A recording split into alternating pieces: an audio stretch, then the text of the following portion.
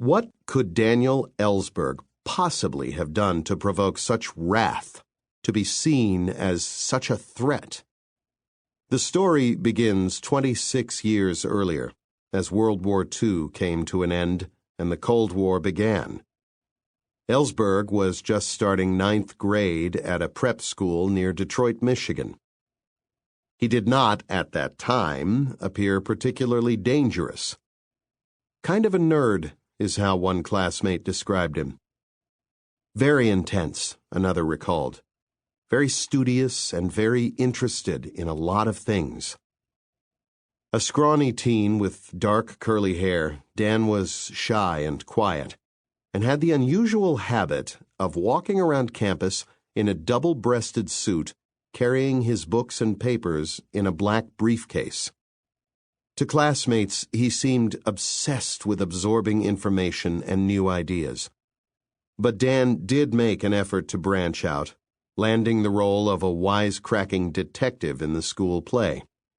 He joined the bowling and rifle clubs. He gave soccer a try. "I was terrible at soccer," he recalled. Like many of his peers, Ellsberg was riveted by the rise of the Cold War. The global rivalry between the United States and the Soviet Union intensified quickly during Ellsberg's high school years, as Soviet ruler Joseph Stalin installed communist dictatorships in the countries of Eastern Europe, violently crushing calls for freedom in any land under his control. Ellsberg admired President Harry Truman's response, a commitment to supporting democracies and containing Soviet influence from spreading further. "I had become," Ellsberg later said, along with many other Americans, a Cold Warrior. In 1949, the Soviets tested their first atomic bomb, using plans stolen by spies from American labs. That same year, communists took power in China, the world's most populous nation. Then, with Soviet and Chinese backing, communist North Korea invaded democratic South Korea in 1950. In the Korean War, U.S. forces helped push back the invasion, but at a cost of more than 36,000 American lives. The Cold War was clearly going to be a long and bitter fight. Daniel Ellsberg wanted in.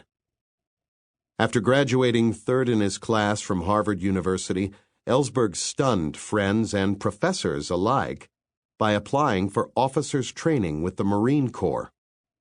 "I didn't seem the type," he later conceded. "My interests were almost entirely intellectual, and I wasn't any kind of athlete."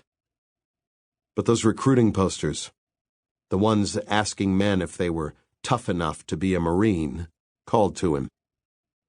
Ellsberg willed his way through a training course filled with jocks and tough guys, and he served with pride as a Marine lieutenant. He then returned to Harvard and earned his Ph.D. in economics. Questions of risk and decision-making particularly intrigued him.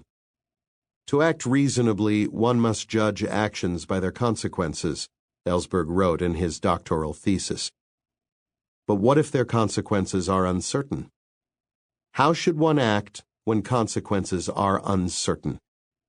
That question would become a major theme in Ellsberg's life.